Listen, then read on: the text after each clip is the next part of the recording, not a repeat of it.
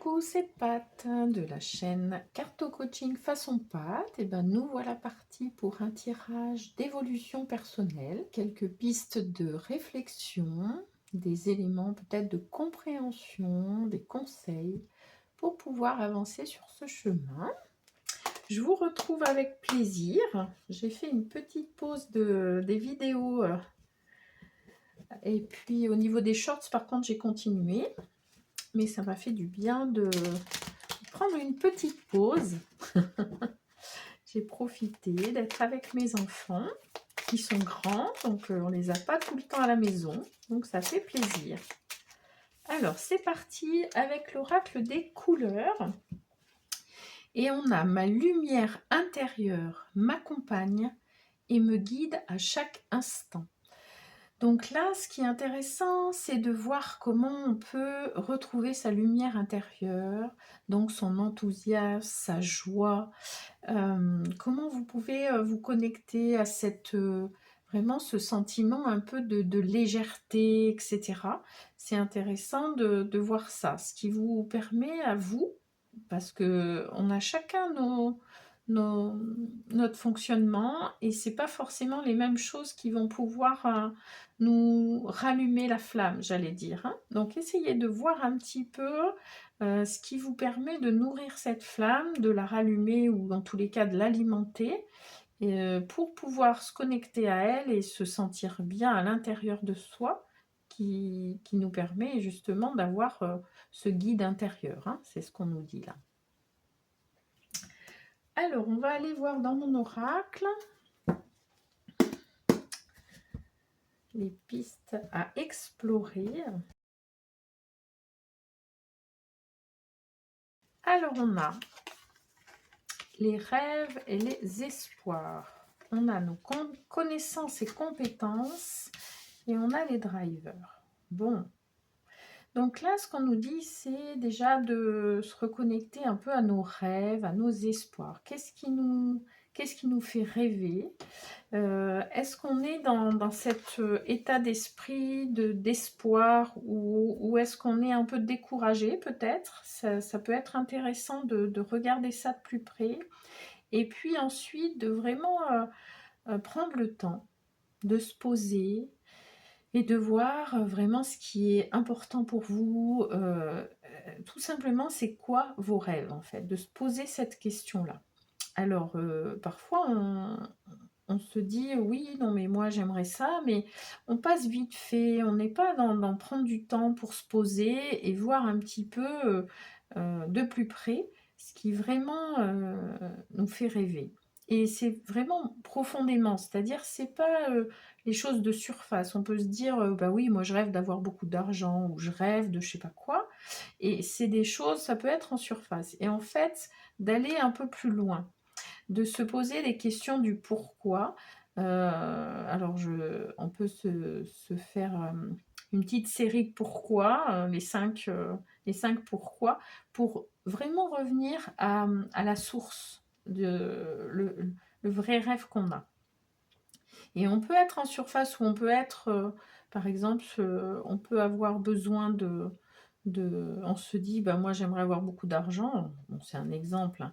Et du coup, en fait, le truc, c'est plutôt, d'être libre, de pouvoir faire ce qu'on a envie quand on le souhaite. Vous voyez? Et c'est pas pareil, en fait, du tout. Et l'objectif est pas le même, et les moyens à mettre en œuvre vont pas être les mêmes en fonction de ce qu'on voit à travers ce rêve. Donc essayez de faire ce petit exercice pour voir.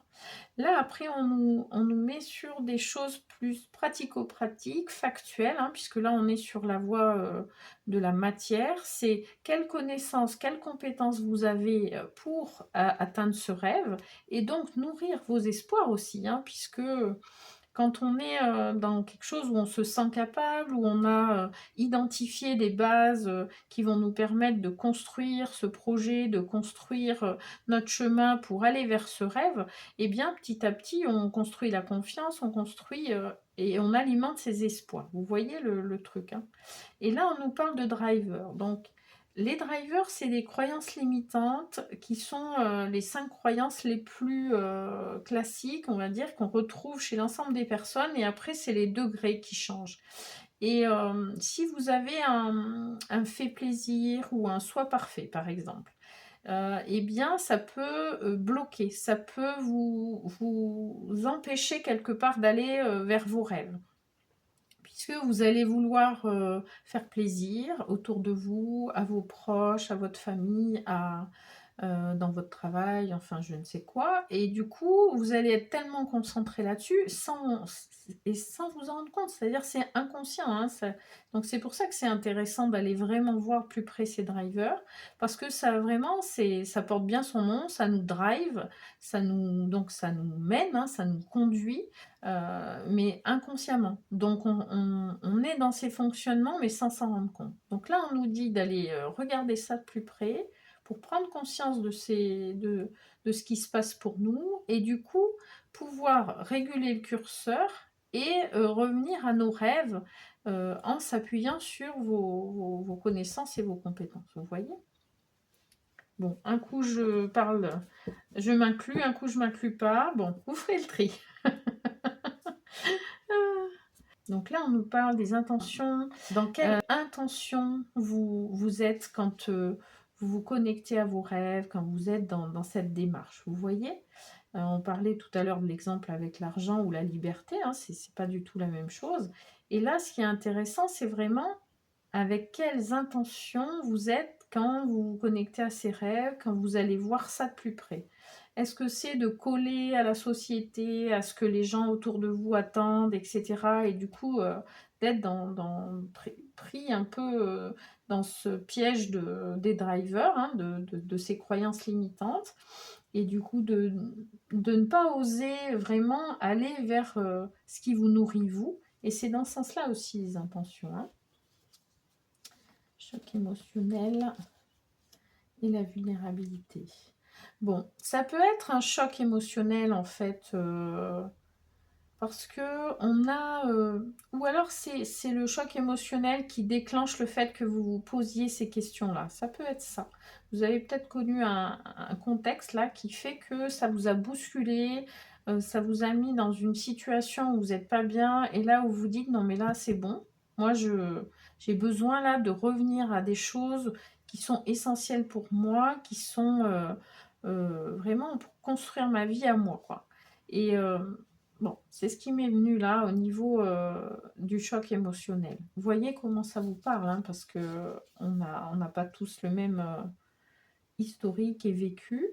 Mais c'est intéressant parce que ce choc émotionnel, il a pu réveiller une faille, il a pu nous montrer qu'on était vulnérable et que ça a pu déstabiliser.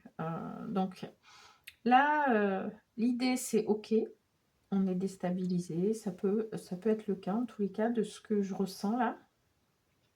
Et du coup, on a besoin vraiment d'aller voir de plus près ce qui nous nourrit, ce qui est important pour nous et nos rêves. C'est aussi ça peut-être. C'est ce choc, il a déclenché une prise de conscience sur non mais là on peut pas rester comme ça, on peut pas continuer à vivre comme ça, en étant dans cette roue, en avançant mais bon an mal an là, et sans pouvoir quelque part se raccrocher à qu'est-ce qui est important pour nous, qu'est-ce qui est vraiment fondamental pour nous, vous voyez? Bon, vous verrez comment ça vous parle. Alors, je vais aller dans le tarot de la bienveillance. Je prends là les arcanes majeurs. Alors, on a le pendu. Bon, donc c'est exactement ça. C'est là, on se pose. On a la tête à l'envers. Hein. Le pendu, il se laisse aller. Il change d'angle de vue. On se laisse porter quelque part. Et là, c'est vraiment, on a besoin de faire une pause pour justement lâcher prise, laisser aller et voir les choses autrement, voir les choses sous un autre angle et pouvoir poser des intentions. Donc là, c'est le pendu, c'est ça. C'est l'invitation, c'est on se pose, On se laisse un peu porter, là, on respire. Et comme ça va nous permettre de calmer notre mental, de remettre le curseur au bon endroit par rapport à nos drivers et de pouvoir un peu remettre de la clarté dans tout ça et se reconnecter à vos rêves. Je vais aller dans les arcanes mineurs pour voir un peu au niveau pratico-pratique ce qu'on nous invite à faire. On a déjà des pistes là pour avancer, mais bon, on va voir ce qu'on nous dit. Ce qui est important aussi avec le pendu, c'est de faire les choses à votre rythme. C'est-à-dire que vous avez besoin de faire une pause, de faire cette pause, de vous autoriser à calmer le jeu en fait. Hein. C'est aussi ça. Hein. Alors, on a le 2 d'eau et on a le 2 de terre. Bon. Alors, on est dans les deux. Donc là, ce qui est intéressant, c'est de voir qu'on n'est pas seul, que c'est important aussi d'être en connexion avec les personnes qui sont importantes pour vous. Le dos, c'est être ensemble. Ça peut être aussi de voir à l'intérieur de soi qu'on est avec notre cœur et avec notre mental, avec notre cœur et avec notre ego, vous voyez. On est un être entier et c'est intéressant aussi là, c'est vraiment quelque part l'acceptation de soi, l'acceptation de cette globalité. En tous les cas, c'est ce que je ressens. Et puis, vous pouvez avoir aussi besoin d'être entouré, de vous faire... comment dire, encourager, soutenir, etc., par la personne qui vit avec vous ou une personne qui est proche de vous et qui va être là pour vous, avec vous, pour avancer sur tout ça. Donc le 2 de terre, on est là et on se dit, ok, on mesure les choses, on avance là-dessus et on est en train de chercher son équilibre. Et c'est ok, c'est aussi ça en fait avec ce 2 de terre là, donc le 2 de denier, c'est petit à petit j'avance, je découvre à mon rythme, tranquillement, sans être encore une fois dans le forcing machin, et petit à petit je retrouve mon équilibre, qui va être différent d'avant, puisqu'on est en train de bouger les choses, mais du coup petit à petit on avance, et on se laisse le temps d'avancer en fait, c'est aussi ça que je ressens. Alors, en dos de deck, j'ai l'as de terre. Bon, donc l'as de denier, c'est poser ses intentions, se reconnecter à tout ça, c'est un don qu'on se fait à soi-même. Et puis, ça peut être avec quelqu'un qui est avec nous, qui nous encourage, etc. On va avoir aussi un don des personnes qui sont avec nous là. Donc, c'est quelque part le donner et le recevoir aussi. Hein. Et c'est soi-même, comment on peut se donner à soi aussi. Hein. En posant ses intentions, en faisant tout ça, on se fait un cadeau à soi-même, on se donne du temps, on se donne de l'énergie, on se permet de prendre ce temps pour soi, pour avancer petit à petit à notre rythme, etc. Bon, c'est beau, hein. Alors, je vais aller dans l'oracle de la guérison de l'enfant intérieur, puisqu'on est sur des choses où les drivers, ils se construisent souvent quand on est enfant, et on les alimente au fil des années sans s'en rendre compte. Hein. C'est ce qu'on disait, c'est que c'est inconscient.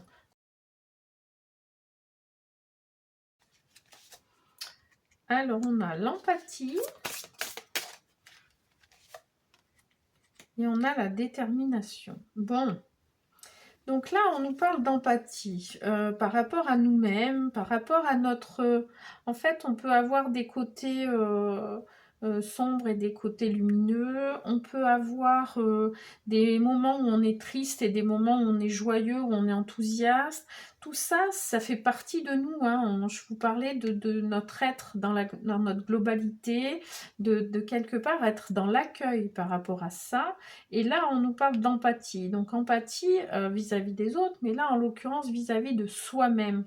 Oui, on a pu se faire driver par nos drivers, justement. On a pu ne pas avoir conscience de ça, mais c'est OK.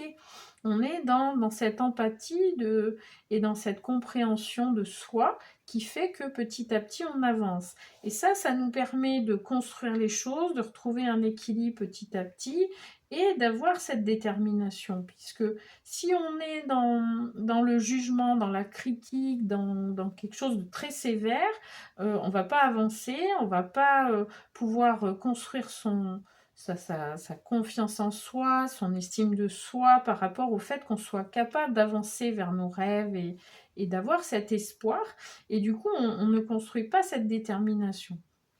Et là, on voit bien sur la carte, on a des échelles, hein, c'est-à-dire on a des étapes, on avance, il faut trouver le chemin, et petit à petit, on atteint nos rêves, hein, puisque là, c'est viser la lune, hein, j'allais dire.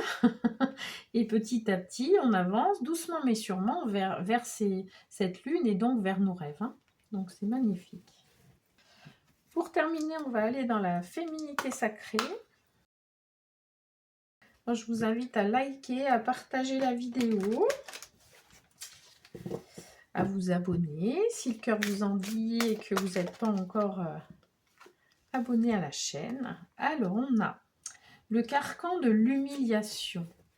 Sortez de votre coquille, ne vous privez pas d'être vous-même et d'exprimer vos aspirations. Bon, donc là, on parlait des croyances limitantes, de ces drivers, de tout ça.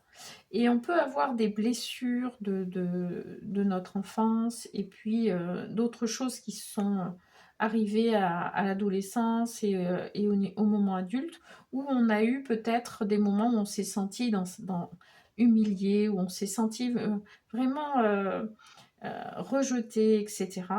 Et on a là le carcan d'humiliation, ça peut être quelque chose qui nous empêche en fait d'être soi-même, qui nous empêche d'avoir des rêves, d'être vraiment dans cette croyance qu'on peut avoir accès à ses rêves, qu'on peut y croire aussi, hein, par rapport à nos espoirs.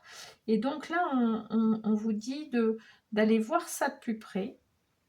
Qu'est-ce qui s'est joué, à quel moment, dans quel contexte, pour pouvoir comprendre qu'on est bloqué dans ce système peut-être de cette humiliation qu'on a vécue et qui fait qu'aujourd'hui, on n'ose pas se mettre en avant, on n'ose pas parler de nos projets, on n'ose pas avoir des projets peut-être et donc on n'a peut-être pas d'espoir ou des choses comme ça.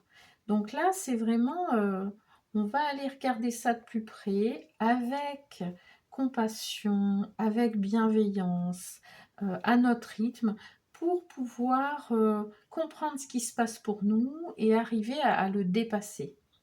Et vraiment, c'est dans la douceur, dans la bienveillance, vraiment avec cette empathie envers vous-même, hein.